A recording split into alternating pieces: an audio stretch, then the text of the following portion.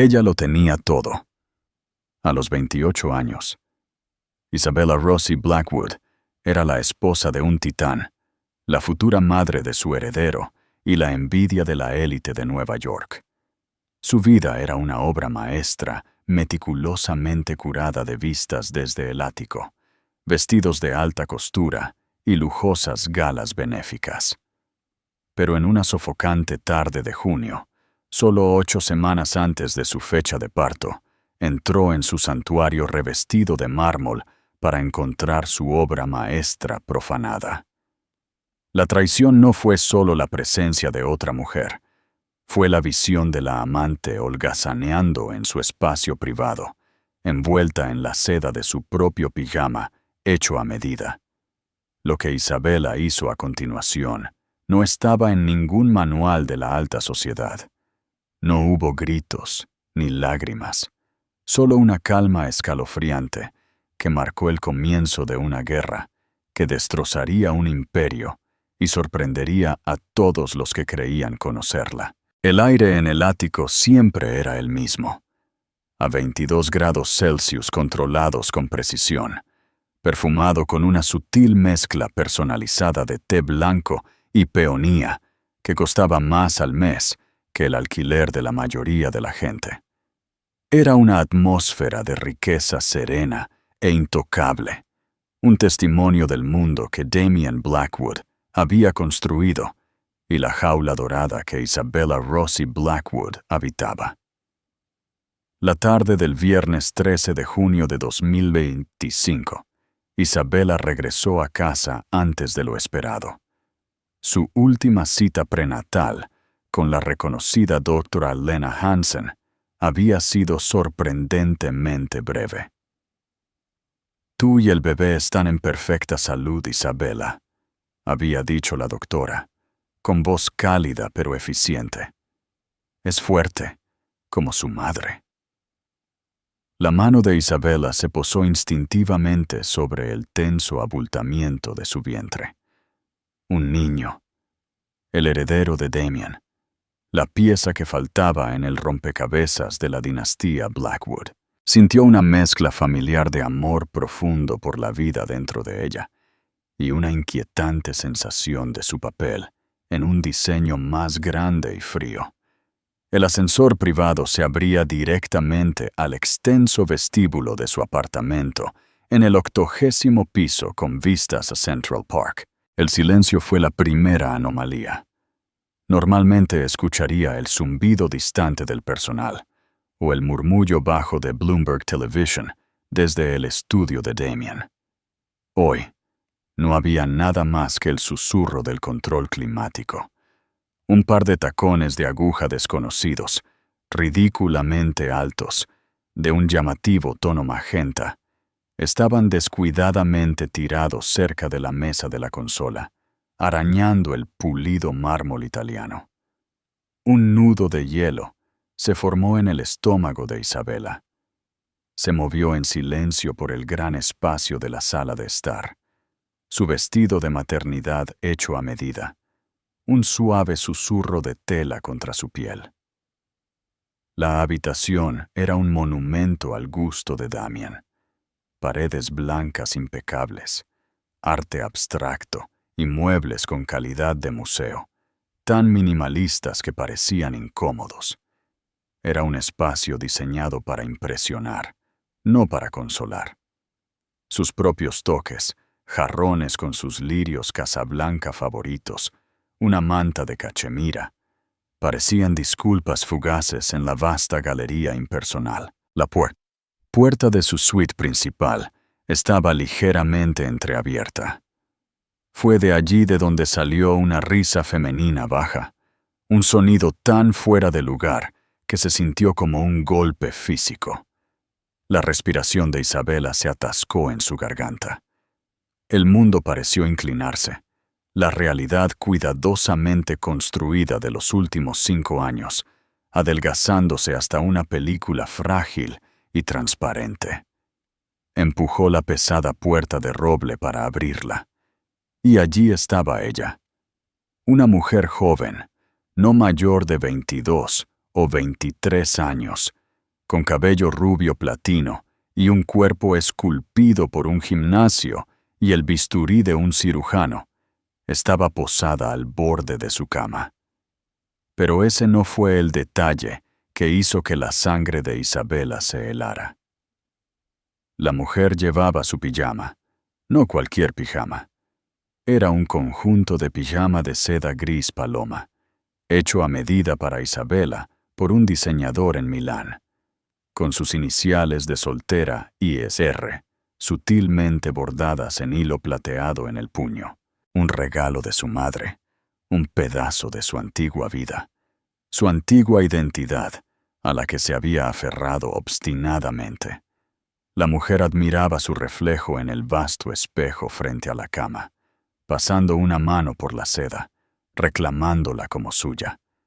Y de pie junto a la ventana, con una sonrisa burlona en su atractivo rostro, estaba su esposo, Damien Blackwood.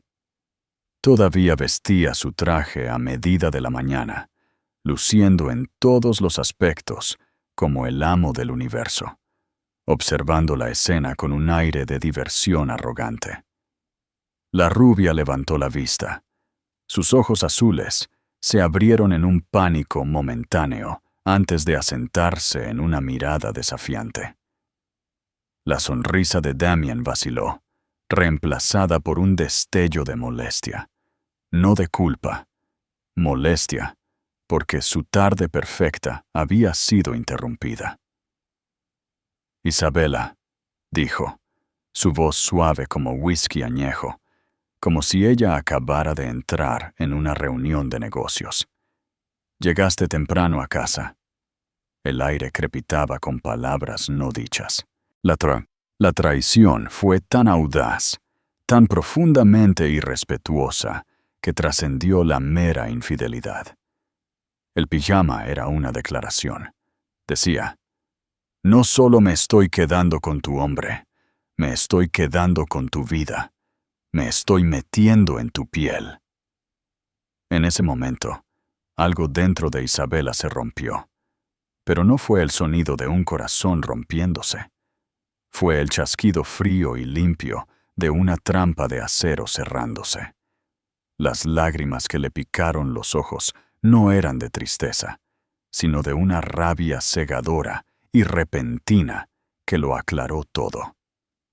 Las vagas ansiedades, la soledad roedora, la sensación de ser un objeto hermoso en una vitrina, todo se unió en un único y duro punto de propósito. Todos, Damien, sus amigos psicofantes, incluso su propia familia a veces, la habían subestimado. Vieron a Isabella Rossi, la socialité, el hermoso apéndice. Habían olvidado a Isabella Rossi, la mujer que había construido su propia exitosa firma de relaciones públicas desde cero antes de conocer a Damien, la mujer cuya mente era su activo más agudo. Miró más allá de la chica en la cama, su mirada fija en la de Damien. La sorpresa que todos esperaban ver en su rostro no estaba allí. No hubo histeria ni acusaciones a gritos. En cambio, su expresión era de una calma inquietante y preternatural. Respiró lenta y deliberadamente. Su mano nunca abandonó su vientre embarazado. Su voz, cuando salió, no fue un susurro ni un grito, sino una orden nivelada y clara que cortó la tensión como una astilla de hielo. «Tú», dijo, sus ojos parpadeando hacia la rubia por un breve momento, despidiéndola por completo. «Tienes 60 segundos para quitarte mi pijama, dejarlo en el suelo y salir de mi casa». La chica que se había estado preparando para una pelea a gritos se quedó visiblemente sorprendida. Miró a Damien en busca de una señal, un rescate. Pero Isabela no había terminado. Su mirada regresó a su esposo, inmovilizándolo en el lugar. «Damien», dijo, el nombre una piedra fría y dura en su boca. «Tú y yo tenemos una cita con nuestros abogados. Haré que mi hermano Marco la programe. Necesitamos comenzar el proceso de disolución de nuestros activos. La mandíbula de Damien se tensó. Este no era el guión que había imaginado. Él era el que tenía el control. Él era el que manejaba las situaciones. «Easy, no seamos dramáticos», comenzó, dando un paso hacia ella, su tono cambiando a uno de súplica condescendiente. «Estás hormonal, no estás pensando con claridad». Fue lo peor que pudo haber dicho. Fue el desprecio de su intelecto, sus sentimientos, su propia realidad. Isabela ofreció una sonrisa pequeña y escalofriante. No le llegó a los ojos. «Oh, Damien», dijo suavemente, «nunca, en toda mi vida, he pensado con más claridad que ahora». Sin otra mirada a ninguno de los dos, le dio la espalda. Salió del dormitorio, su postura increíblemente recta. No cerró la puerta de golpe. No corrió. Caminó tranquilamente de regreso al vestíbulo. Recogió su bolso de la mesa de la consola y volvió a entrar en el ascensor privado, dejando atrás los restos de su matrimonio y las dos figuras aturdidas en el dormitorio principal. Mientras las puertas se cerraban, sellándola en una cápsula de acero silencioso, no miró hacia atrás. No estaba huyendo de un desastre. Estaba ejecutando una retirada estratégica. La guerra acababa de comenzar. El descenso del ascensor fue una caída silenciosa de 80 pisos de regreso a la realidad. Isabela no tembló. No lloró. Su mente, ahora libre de la niebla de un amor comprometido, era un torbellino de claridad cristalina. El shock había cauterizado la herida, dejando atrás una cicatriz dura e inflexible de propósito. Cuando las puertas se abrieron al silencioso vestíbulo de mármol de la torre Blackwood, el portero, un hombre de rostro amable llamado George, se apresuró a ayudarla. «Señora Blackwood, todo está bien. Ha vuelto tan pronto». «Todo está perfecto, George», dijo ella, con voz uniforme. «¿Podría por favor llamarme un taxi, no uno de los coches de la casa?» La petición fue un acto pequeño pero significativo de separación. Los coches de la casa, los conductores, todo era parte del mundo de Damien.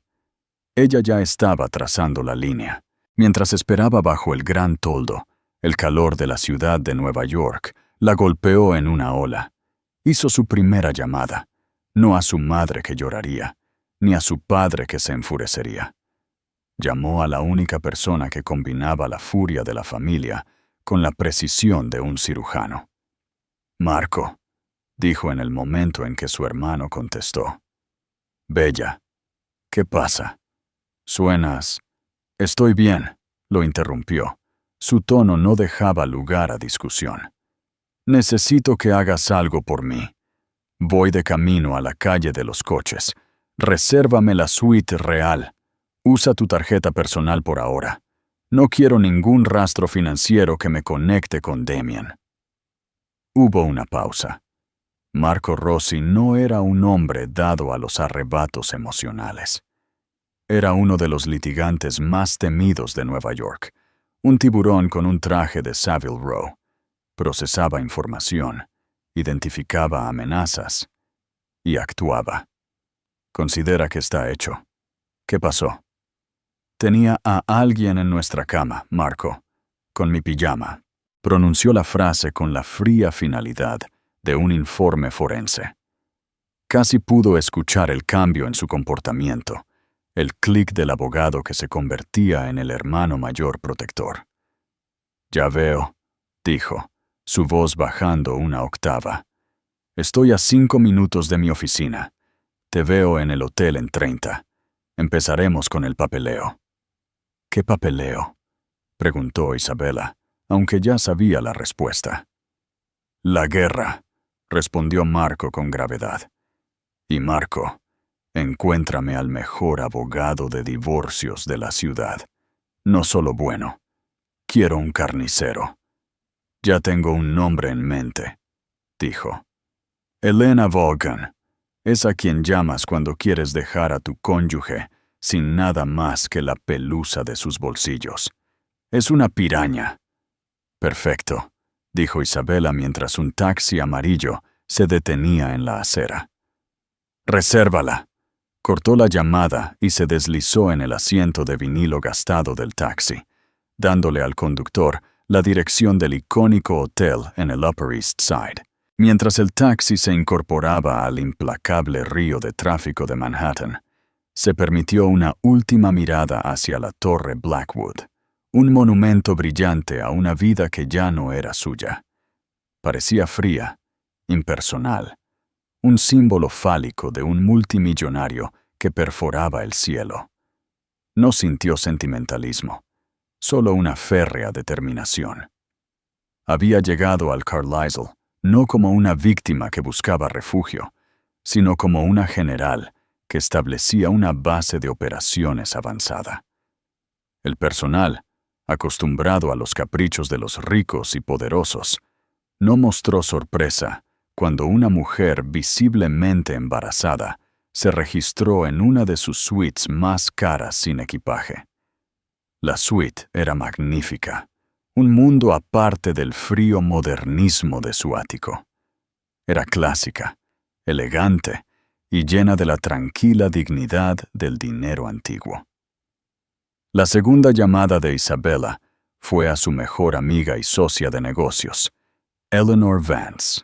Eleanor era la cofundadora de su firma de relaciones públicas, Vance Rossi, una agencia boutique que manejaba la gestión de crisis para algunas de las figuras más poderosas de la ciudad.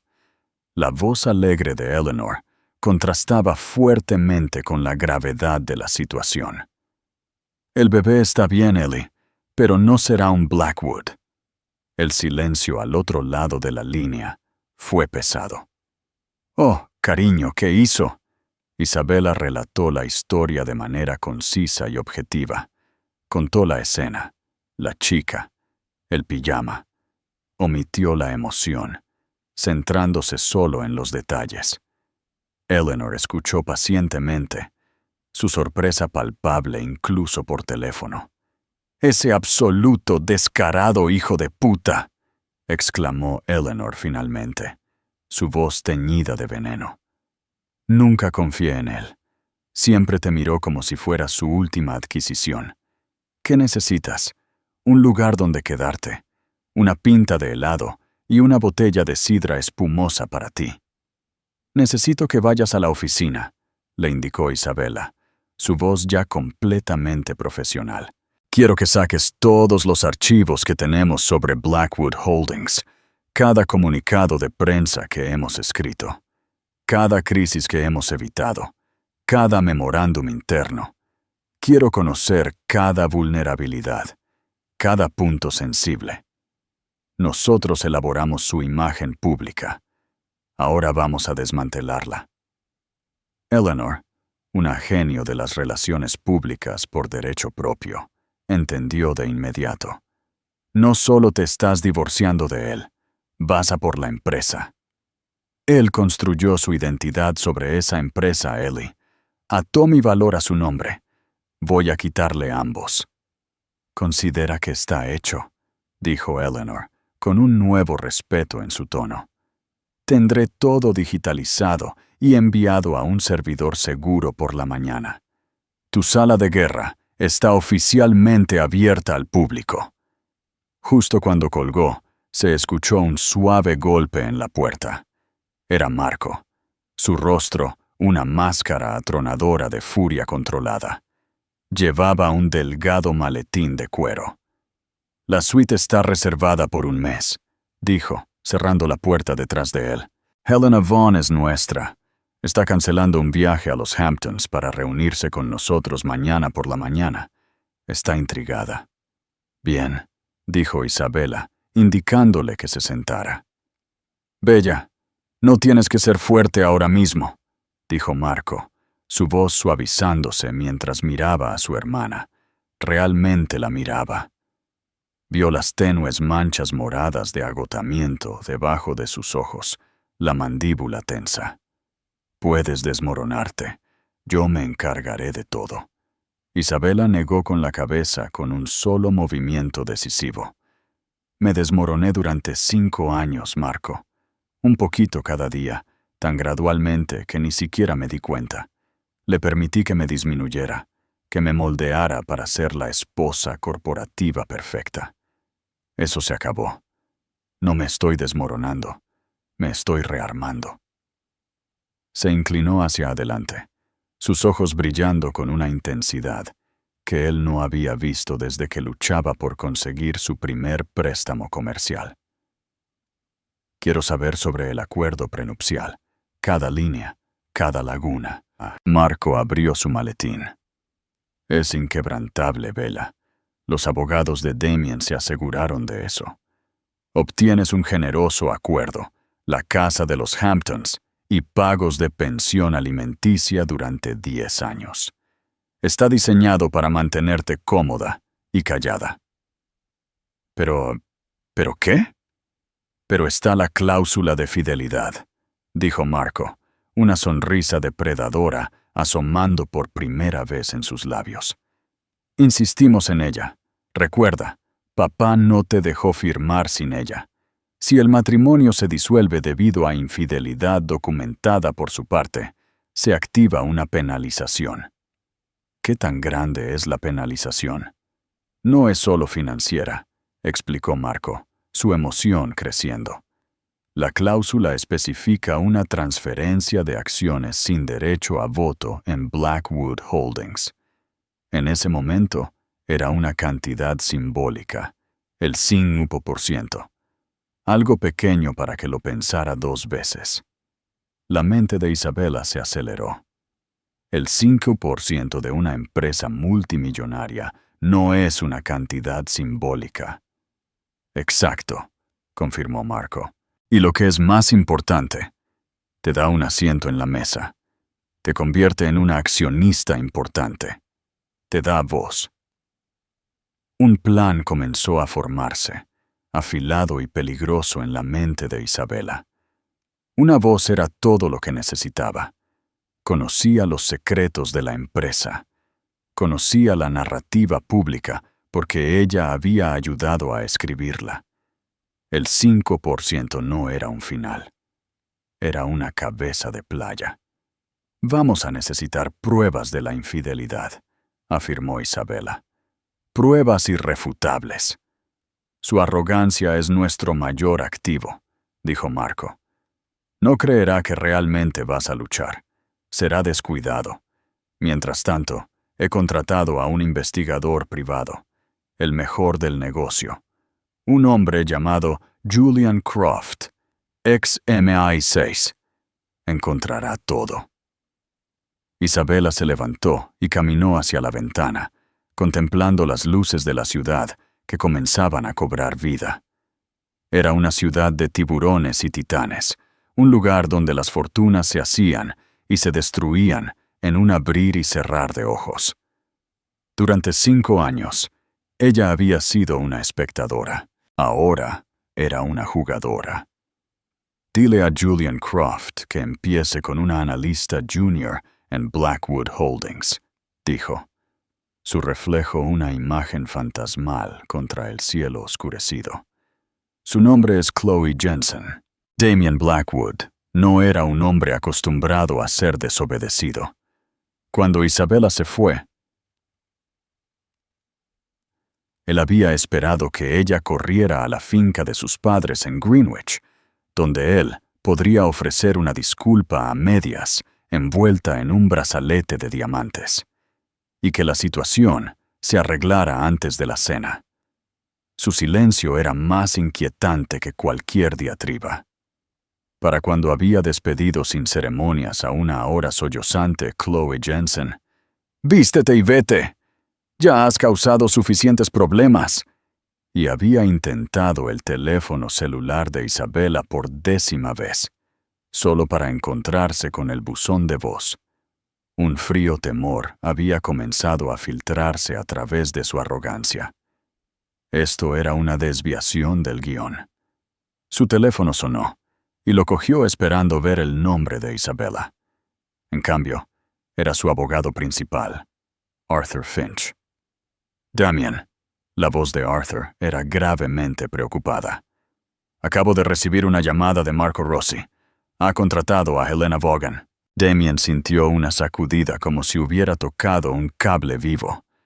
Helena Vaughan, la asesina matrimonial. No contrataste a Helena Vaughan para una separación amistosa. La contrataste para arrasar la tierra. Ella no puede hacer nada, balbuceó Damien, paseando por la vasta y vacía sala de estar. El acuerdo prenupcial es una fortaleza. Una fortaleza con una cláusula de fidelidad, si mal no recuerdo, le recordó Arthur secamente. Marco Rossi insistió bastante en ella. Te aconsejé que no fueras tan descarado, Damien. Esto es lo que pasa cuando te vuelves demasiado complaciente. No me sermonees, Arthur, espetó Damien. Arréglalo. Ofrécele más dinero. Duplica el acuerdo. No creo que esto sea ya por dinero, dijo Arthur con tono sombrío. Esto es por orgullo, y el orgullo de un Rossi es algo peligroso. Tenía razón.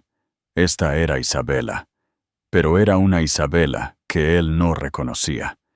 La mujer tranquila y elegante con la que se había casado se habría destrozado.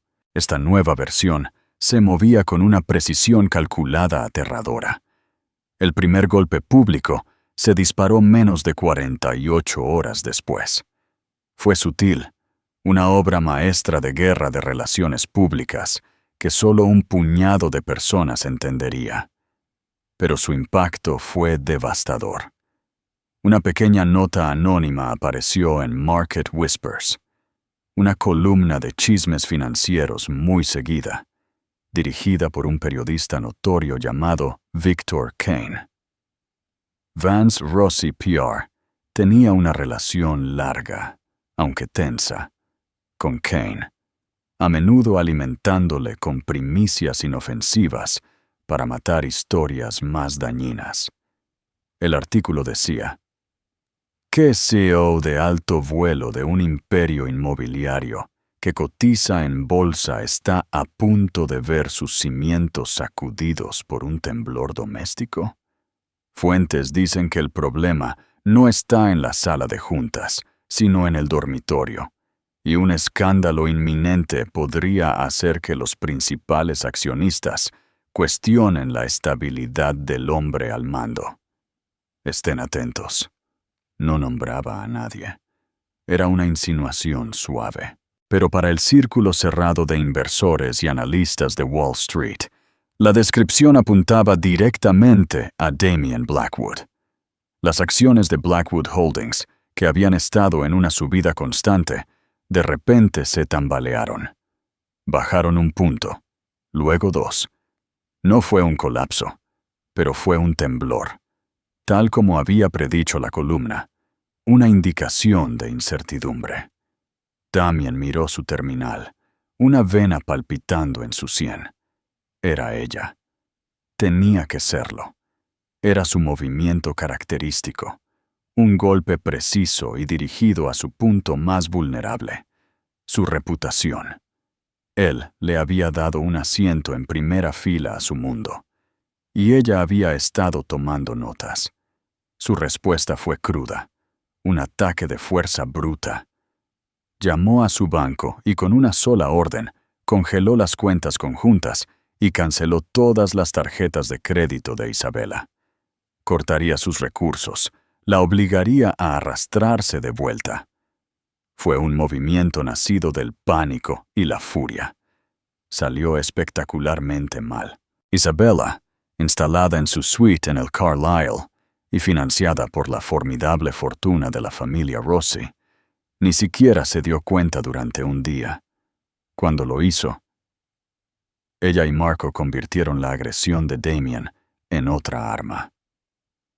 La oficina de Helena Vaughan filtró un comunicado cuidadosamente redactado a la prensa, expresando una profunda decepción porque un hombre de la estatura del señor Blackwood recurriera a tácticas tan mezquinas y crueles contra su esposa embarazada de 8 meses, dejándola desamparada y sin recursos. La narrativa fue magistral. Isabella no era la esposa despechada de un millonario. Era una madre vulnerable y embarazada, siendo acosada por un magnate sin corazón. La simpatía pública, una moneda que Damien siempre había dado por sentada, se inclinó decisivamente a su favor. La historia ya no era solo chismorreo financiero, era drama humano. Mientras tanto, Isabella se centró en la siguiente fase de su plan. Sabía que para paralizar verdaderamente a Damien, necesitaba más que la infidelidad. Necesitaba atacar los cimientos de su empresa. Con los archivos que Helena había compilado, ella y Marco pasaron días examinando una década de historia de Blackwood Holdings. «Está limpio en la superficie», dijo Marco, la frustración grabada en su rostro después de una larga noche. «Sus abogados son demasiado buenos. Cada acuerdo está bien cerrado». «Nadie está completamente limpio», replicó Isabella, sus ojos escaneando un prospecto para una adquisición reciente, un proyecto de desarrollo masivo en Long Island City llamado Elysian Point. La debilidad de Damien no es la negligencia financiera, es su ego. Él cree que es más inteligente que todos los demás, que puede salirse con la suya justo debajo de sus narices. Señaló una partida en el presupuesto del proyecto Elysian Point. Costos de remediación ambiental. Son asombrosamente bajos para un antiguo sitio industrial. Se jactó de ello en la gala de invierno, de cómo había asegurado el terreno a un precio de ganga, y de que su equipo había encontrado formas innovadoras de reducir los costos de limpieza. «¿Qué estás pensando?», preguntó Marco.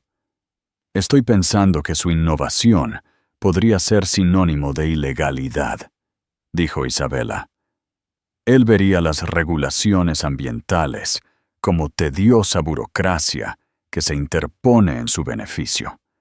Averigua quién aprobó el informe de impacto ambiental. Averigua qué atajos se tomaron. Era una posibilidad remota, una aguja en un pajar, pero era un comienzo. Mientras Marco ponía a su equipo legal a trabajar en el proyecto Elysian Point, Isabella hizo su movimiento más audaz hasta el momento. Decidió tratar con la otra mujer, no por venganza, sino por inteligencia. Julian Croft, el investigador ex-MI6, había entregado su informe inicial. Chloe Jensen, de 23 años, de una familia de clase trabajadora de Queens, había acumulado deudas estudiantiles para obtener un título de negocios en Baruch College, contratada como analista junior en Blackwood Holdings hace 18 meses. Era ambiciosa, inteligente y, por lo que se veía en sus redes sociales, desesperada por proyectar una imagen de riqueza y éxito que no tenía. Era, se dio cuenta Isabella, el objetivo perfecto para un hombre como Damien. Impresionable, ansiosa y desechable. Damien ya se había deshecho de ella. El informe de Croft indicaba que su correo electrónico corporativo había sido desactivado y su acceso al edificio revocado la mañana después de que Isabella se fuera. Estaba desempleada y sin duda aterrorizada. Isabella encontró su dirección, un edificio de apartamentos anodino en Astoria. No envió un abogado ni un investigador. Fue ella misma. Chloe abrió la puerta después del tercer golpe, su rostro pálido y manchado por el llanto. Vestía pantalones de chándal y una camiseta vieja, un marcado contraste con la figura vestida de seda en el ático. Cuando vio a Isabella, embarazada y serena en su puerta, Sus ojos se llenaron de una mezcla de miedo e incredulidad. «¿Qué quieres?», balbuceó Chloe, su mano tratando instintivamente de cerrar la puerta. Isabela levantó una mano, no amenazadoramente, sino para detener el movimiento. «No estoy aquí para gritarte, Chloe», dijo, su voz tranquila y uniforme. «Estoy aquí para hablar. ¿Puedo pasar?». Aturdida por la obediencia, Chloe retrocedió, permitiendo que Isabela entrara en el pequeño y desordenado apartamento. Olía a comida para llevar rancia y ansiedad. «¿Te despidió, verdad?», preguntó Isabela, de pie en medio de la habitación. Chloe asintió, abrazándose a sí misma. «Dijo que era una carga. Hizo que la seguridad me escoltara. Ni siquiera pude recoger mis cosas personales». «Me hizo lo mismo a mí», dijo Isabela simplemente. «Canceló mis tarjetas de crédito. Intentó dejarme sin nada». Esto pareció confundir a Chloe. «Pero tú eres Isabella Rossi. Tu familia». «Él no me veía como Isabella Rossi», la corrigió Isabela. «Me veía como una posesión que funcionaba mal, al igual que te veía a ti. Éramos útiles para él hasta que dejamos de serlo». Dejó que las palabras flotaran en el aire, creando un puente inesperado y frágil entre dos mujeres que deberían haber sido enemigas mortales. «¿Qué quieres de mí?», preguntó Chloe, su voz temblorosa. «Quiero saber qué tiene él sobre ti», dijo Isabela, su mirada aguda y directa. «Hombres como Damien no solo usan a las mujeres para el sexo, las usan para encubrirse. ¿En qué proyecto estabas trabajando? ¿Qué documentos te hizo preparar? ¿Qué te hizo hacer que no entendiste completamente?». El rostro de Chloe se puso blanco. Se hundió en su sofá, su bravuconería completamente desaparecida. «El proyecto Elysian Point», susurró. «Estaba en el equipo de adquisiciones. Él hizo reformatear algunos informes de ingeniería de un consultor externo. Dijo que era solo para una presentación interna, para que los datos se vieran más limpios». «¿Todavía tienes los informes originales?», preguntó Isabela, su corazón comenzando a latir más rápido. Esto era todo. «Yo los tengo en una memoria USB», admitió Chloe, sus ojos dirigiéndose a una computadora portátil en su mesa de café. «Hice una copia. Tenía miedo. Él insistió tanto en que se borraran los originales. Se sentía mal». Isabela sintió una oleada de triunfo. La arrogancia de Damien lo había vuelto descuidado. Había utilizado a una analista junior para manipular datos sensibles, sin imaginar nunca que ella tendría la previsión de guardar una copia, sin imaginar nunca que su esposa sería quien viniera a buscarla. «Chloe», dijo Isabela, su voz suavizándose ligeramente, «Damien intentará destruirte. Te pintará como una empleada incompetente y descontenta, una acosadora. Te enterrará en honorarios legales y te vetará para que nunca más trabajes en esta ciudad. ¿O puedes ayudarme? ¿Ayudarte? ¿Por qué te ayudaría?», preguntó Chloe. «Porque él es nuestro enemigo común», dijo Isabela, su mano apoyada en su vientre. «Estoy luchando por el futuro de mi hijo. Tú deberías estar luchando por el tuyo. Dame esa memoria USB. Firma una declaración jurada detallando lo que te hizo hacer. A cambio, mi abogada, Elena Vogn, te representará. Crearemos un fideicomiso para ti, suficiente para pagar tus deudas y comenzar una nueva vida lejos de él. Y nos aseguraremos de que el mundo sepa que fuiste un peón, no una jugadora». Era un salvavidas, una elección entre la aniquilación y un nuevo comienzo. Chloe miró a la poderosa mujer embarazada que tenía delante. No vio a una enemiga, sino a una salvadora improbable. Con manos temblorosas, Buscó en su bolso de portátil, sacó una pequeña memoria USB plateada y la extendió. «Es un monstruo», susurró Chloe. «Sí», respondió Isabela, tomando la memoria USB. «Y le vamos a mostrar lo que les pasa a los monstruos». La memoria USB plateada se sentía más pesada de lo que pesaba. Era una llave, un arma, un pequeño trozo de plástico y metal que contenía el potencial para desvelar la ruina de Damien. De vuelta en el santuario dorado del Carlisle, Isabella y Marco se reunieron con Elena Vaughan, una mujer cuyo corte de pelo afilado y ojos aún más afilados parecían no perderse nada. El contenido de la unidad era condenatorio. El equipo legal de Marco, trabajando con una firma de contabilidad forense, cotejó los archivos de Chloe con los documentos oficiales presentados a la ciudad para el proyecto Elysian Point. La imagen que surgió fue de un fraude audaz. El informe ambiental original de la firma independiente Geotech Solutions había detallado una extensa contaminación del suelo, principalmente con plomo y solventes industriales, lo que requería un presupuesto de remediación de casi $50 millones. El informe revisado, el que Chloe se había visto obligada a formatear y Damien había presentado, cifraba el costo en apenas $5 millones.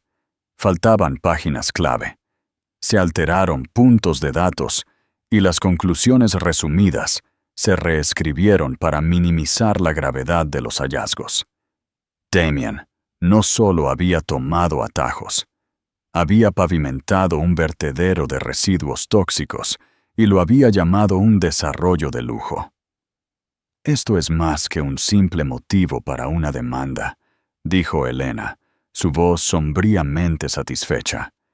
«Esto es fraude criminal, fraude electrónico, conspiración, sin mencionar las violaciones ambientales. La oficina del fiscal general se daría un festín con esto». «¿Entonces lo hacemos público?», preguntó Marco, ansioso por el golpe final. «No», dijo Isabela, su voz firme. «Todavía no. Una acusación pública le da tiempo para reaccionar, para tergiversar la historia, para enterrar la evidencia más profundamente o destruirla. Tenemos el elemento sorpresa. No podemos desperdiciarlo». Estaba pensando como una estratega de relaciones públicas. Una filtración prematura crearía un ciclo de noticias caótico que Damien, con sus vastos recursos, podría potencialmente navegar. La caída tenía que ser absoluta, un golpe único e innegable del que no hubiera recuperación. La reunión anual de accionistas de Blackwood Holdings es dentro de 3 semanas, afirmó Isabela, mirando el calendario. Es su escenario. Es donde demuestra su dominio del universo. Ahí es donde lo haremos. El plan era audaz. Prepararían un expediente completo. La declaración jurada de Chloe. Un análisis comparativo de los informes falsificados y originales. Y una opinión legal que describiera la posible responsabilidad penal de Damien. No lo filtrarían a la prensa. Lo entregarían directamente a la junta directiva y a los inversores institucionales clave en medio de la reunión. Sería una emboscada a plena luz del día. Mientras su equipo legal trabajaba en secreto, Isabela se centró en otro frente, el personal. Sabía que Damien la estaría buscando, tratando de recuperar el control. Tenía que permanecer como un fantasma. Se mudó del Carlisle, dejando a Marco para pagar la cuenta. A través de un agente inmobiliario discreto recomendado por Elena, alquiló una magnífica casa adosada completamente amueblada en Brooklyn Heights. Era elegante pero discreta, una fortaleza de privacidad tranquila, con su propio jardín. Un mundo lejos de la ostentación estéril de su antigua vida. Contrató a su propia seguridad privada, ex agentes del Mossad, que eran leales al sueldo, no a un nombre. Sus días se establecieron en un nuevo ritmo. Las mañanas las pasaba en conferencias telefónicas con su equipo, planificando el ataque. Las tardes eran para ella y el bebé. Practicaba yoga prenatal, le entregaban comidas saludables de tiendas de productos orgánicos y comenzó a decorar una guardería en tonos de verde suave y crema. Estaba construyendo un nido, un lugar seguro, para el hijo que ahora criaría en sus propios términos. Sería un Rossi, no un Blackwood. Su legado sería de resiliencia, no de ambición despiadada. Una noche, su amiga Eleanor la visitó, trayendo consigo una caja de pasteles y una carpeta de documentos. Los rumores en la calle se están haciendo más fuertes, informó Eleanor, sentándose en un sillón de la acogedora biblioteca. Damien está perdiendo credibilidad. Las acciones siguen bajando 5 puntos. Los competidores están empezando a rodear, sintiendo debilidad. Bien, dijo Isabela, sorbiendo una taza de té de manzanilla. Pero, ¿estás bien?, preguntó Eleanor, su actitud profesional suavizándose. Estás manejando esto como una campaña militar, pero sigues siendo una persona muy embarazada, cuyo marido acaba de implosionar tu vida. Isabela puso una mano en su vientre, sintiendo la patada fuerte y tranquilizadora de su hijo. La persona que era, Ellie, ella no habría estado bien. Habría llorado durante una semana. Luego habría aceptado su disculpa y un regalo de parto en forma de un diamante de 10 quilates. Le habría permitido que la encogiera de nuevo. Pero esa persona ya no existe. Él la mató. Miró a su amiga, sus ojos claros y firmes. Cuando vi a esa chica con mi pijama, fue como si un hechizo se hubiera roto. Vi los últimos 5 años por lo que eran. No era una socia, era su posesión más preciada. Y en el momento en que una posesión adquiere voluntad propia, es reemplazada. Él no solo me engañó, me declaró obsoleta. Y no seré hecha obsoleta. Mientras tanto, Damien estaba en espiral. Sus investigadores privados habían chocado contra un muro tratando de encontrar a Isabela. La familia Rossi se había cerrado en torno a ella, creando una impenetrable pared de silencio. Era un hombre acostumbrado a tener toda la información, todo el control, y ahora operaba en la oscuridad. La columna en Market Whispers había sido seguida por más ataques sutiles en otras publicaciones financieras. Su poder, que siempre había visto como un aura invencible, comenzaba a sentirse frágil. Estaba perdiendo dinero en abogados e investigadores. Estaba distraído, irritable y paranoico. Les gritaba a su personal, tomaba decisiones precipitadas en las reuniones y bebía demasiado por la noche en el vasto y silencioso ático, que ahora se sentía menos como un palacio y más como una prisión.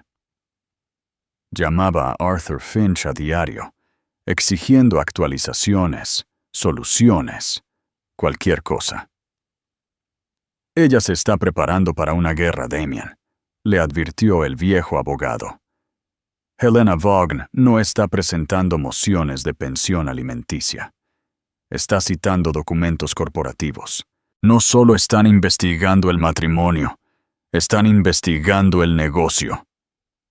¡Que investiguen!, se burló Damien, aunque un gusano de miedo ahora se retorcía en su estómago. No hay nada que encontrar. Pero pensó en el proyecto Elysian Point. Pensó en los atajos que había tomado, los informes que había enterrado. Lo había hecho docenas de veces antes a menor escala. Un pequeño arreglo aquí, un poco de presión allá. Así se jugaba el juego. Nunca imaginó que se usaría en su contra, especialmente no por su esposa. Había compartimentado su vida tan completamente que nunca pensó que los pecados de una parte pudieran extenderse a la otra. Su paranoia lo llevó a Chloe Jensen. Asumió correctamente que Isabella habría intentado contactarla. Envió a uno de sus propios hombres, un consultor de seguridad matón, para presionarla. Pero cuando el hombre llegó a su apartamento de Astoria, lo encontró vacío. El propietario dijo que había pagado su alquiler por completo y se había ido sin dejar dirección de reenvío. Chloe había desaparecido tan completamente como Isabella. La reunión de accionistas estaba ahora a solo una semana. Damien se estaba preparando para ella obsesivamente. Lo vio como su oportunidad de contraatacar, de proyectar una imagen de confianza y control inquebrantables. Entregaría un informe de ganancias estelar, anunciaría un nuevo proyecto ambicioso y disiparía cualquier duda sobre su liderazgo. Le mostraría al mundo y a Isabella que era intocable. Él era Damien Blackwood. Su nombre estaba en el edificio. Se estaba preparando para una batalla de percepción. No tenía idea de que estaba caminando hacia una ejecución. El gran salón de baile del Hotel Plaza era más que una habitación. Era un símbolo. Era el corazón de la vieja Nueva York, un espacio sagrado donde se habían brindado fortunas y se habían cimentado dinastías durante más de un siglo. El aire mismo parecía espeso con los fantasmas del poder, perfumado con perfumes caros y el tenue sabor metálico de la ambición. En esta brillante mañana de junio, era el escenario personal de Damien Blackwood, el escenario de la reunión anual de accionistas, y él era su estrella indiscutible. Estaba de pie en un gran podio de roble, bañado por un foco cálido y concentrado. Detrás de él, el logotipo de Blackwood Holdings se proyectaba en una vasta pantalla, un símbolo de fuerza inexpugnable. La sala ante él era un mar de poder calculado. 12 miembros de la Junta en la primera fila, sus rostros impasibles, representando miles de millones en riqueza generacional e influencia corporativa. Más allá de ellos, se sentaban los inversores institucionales, los analistas de Goldman Sachs y Morgan Stanley, cuyos informes podían mover mercados, y finalmente la manada de periodistas de The Wall Street Journal, Bloomberg y Forbes, tiburones, dando vueltas en trajes a medida, esperando una gota de sangre. Damien estaba en su elemento. Exudaba un carisma tan potente que era casi una fuerza física. Su voz, practicada y resonante, llenaba el salón de baile, tejiendo una narrativa de triunfo. Y así, mientras miramos hacia el próximo año fiscal, decía, su sonrisa irradiaba confianza. Las proyecciones no solo son sólidas, son un testimonio de los valores fundamentales de esta empresa. Visión, fuerza y, sobre todo, integridad. Hizo una pausa, dejando que la palabra flotara en el aire, una promesa sagrada. Estaba describiendo un trimestre récord, el lanzamiento exitoso de 2 nuevas propiedades internacionales y la robusta salud de sus acciones, omitiendo convenientemente la reciente e inexplicable caída.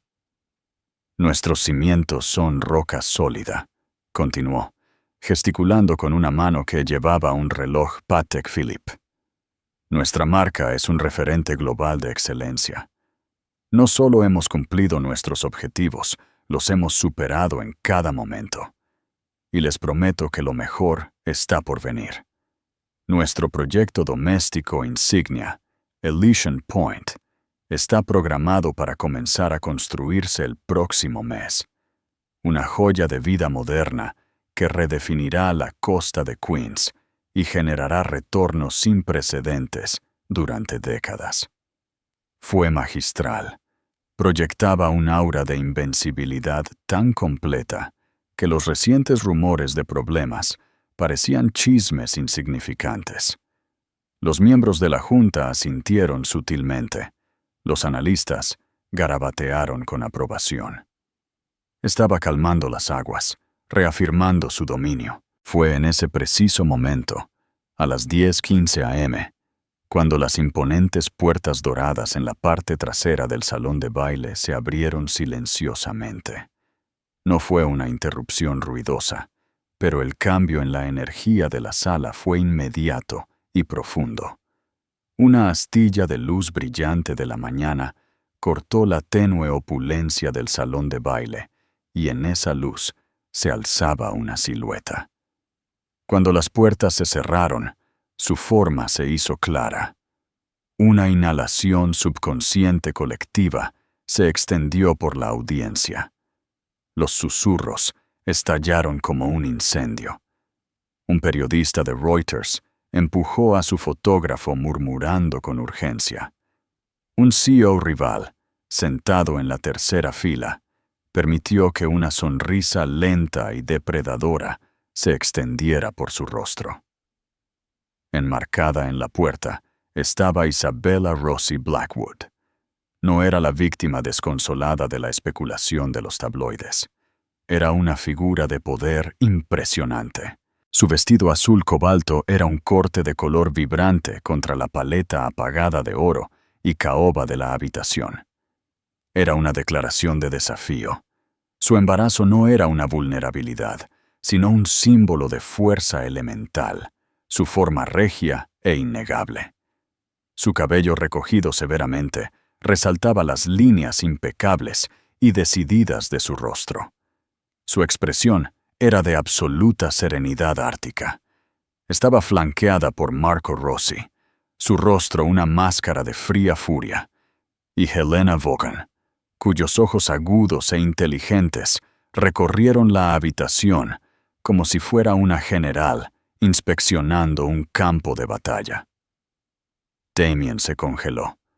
El teleprompter seguía desplazándose, pero las palabras se desvanecieron de su mente.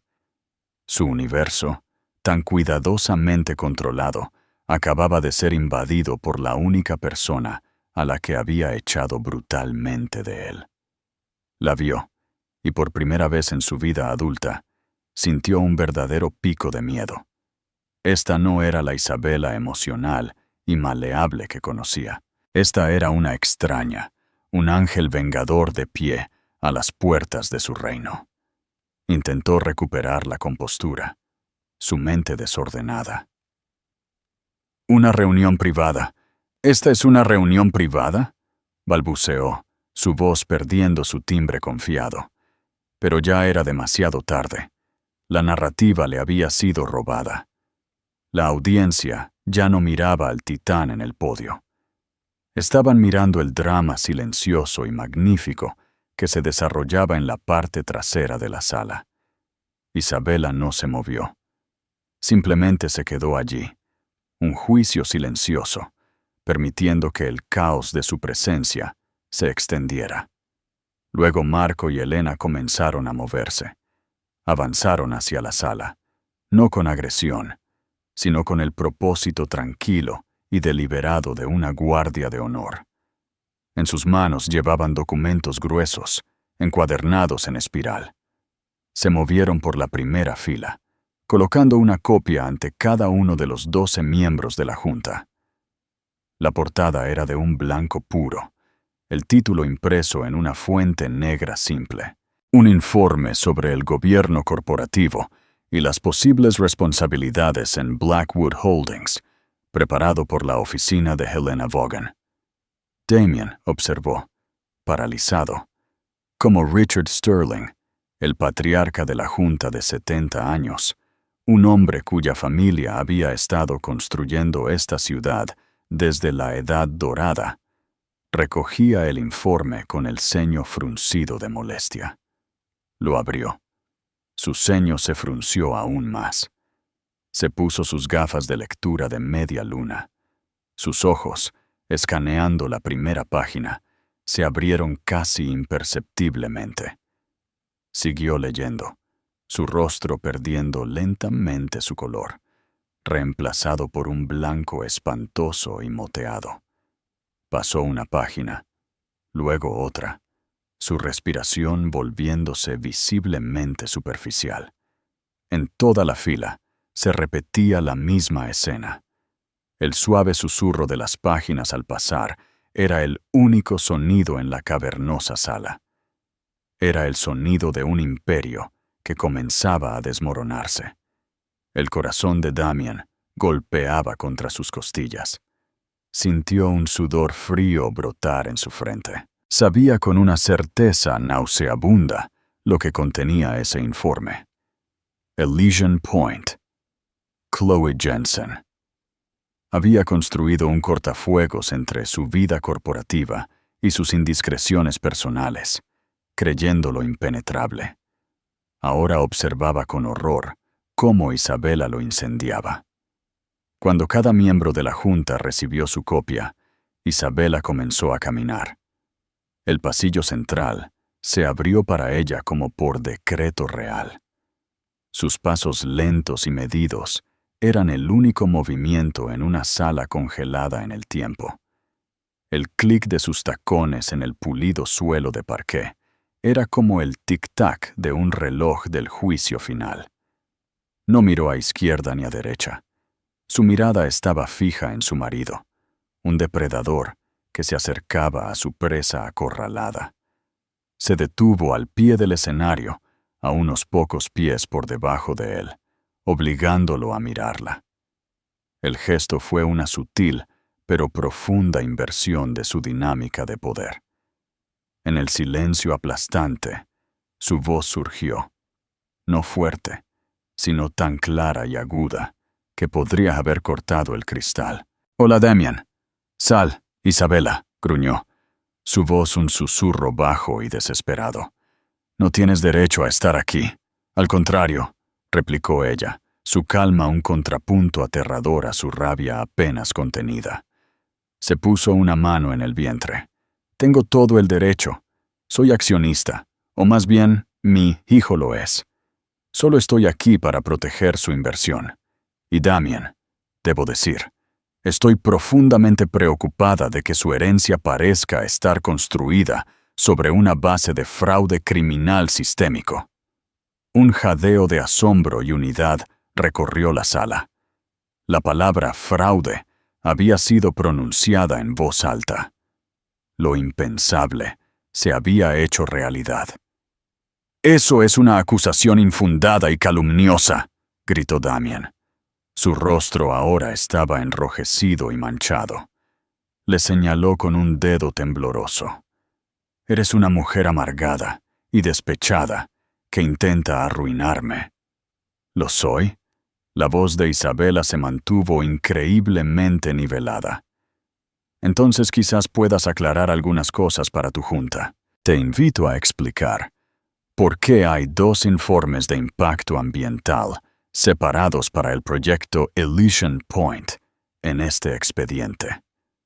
Uno de Geotech Solutions, que detalla $50 millones en remediación de residuos tóxicos necesaria, y el que tú presentaste a la ciudad presupuestando solo 5 millones.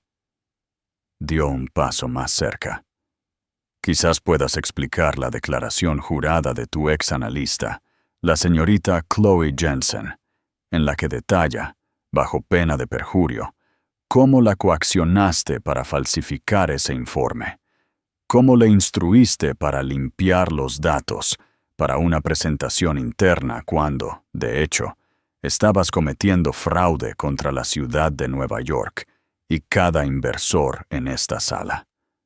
Dejó que la acusación flotara en el aire. Luego asestó el golpe final devastador. Su voz bajó, volviéndose íntimamente conspiradora, pero llegando a cada rincón de la sala. «Explícales, Damien. Explícales a las madres y padres de tu junta cómo planeabas construir apartamentos familiares y un parque infantil sobre un suelo saturado de solventes industriales y plomo. Diles qué clase de hombre eres realmente. Fue un asesinato moral y financiero completo, entregado con la precisión de un cirujano. Damien se quedó sin palabras, jadeando como un pez fuera del agua. Miró a la junta en busca de ayuda, de alguna señal de lealtad. No vio nada más que furia fría y dura y desprecio sin disimulo. Vio a hombres que valoraban su reputación y sus fortunas por encima de todo, dándose cuenta de que él había puesto en peligro ambas. Arthur Finch, su propio abogado, que había estado leyendo una copia del informe con una expresión de horror creciente, caminó lentamente hacia el podio. Se inclinó y le susurró una única y sombría frase al oído de Damien. «Se acabó. No digas ni una palabra más». Los hombros de Damien se desplomaron en una derrota total. La lucha se desvaneció de él, reemplazada por el vacío hueco de la ruina total. Richard Sterling, con el rostro como una máscara de piedra, se levantó lentamente. Se quitó las gafas y fijó su mirada en Damien. Cuando habló, su voz era el sonido frío y pesado del juicio que se dictaba. «Señor Blackwood», comenzó Sterling, su voz resonando con antigua autoridad. «Esta junta ha sido informada de acusaciones de una naturaleza tan grave que amenazan la existencia misma de esta corporación. Sugieren un fracaso catastrófico del liderazgo y un profundo incumplimiento del deber fiduciario».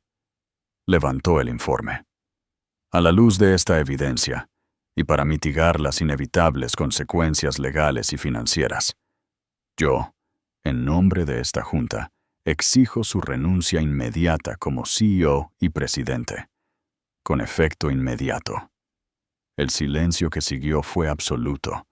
Era el silencio de una ejecución pública. Damien miró los restos de su vida.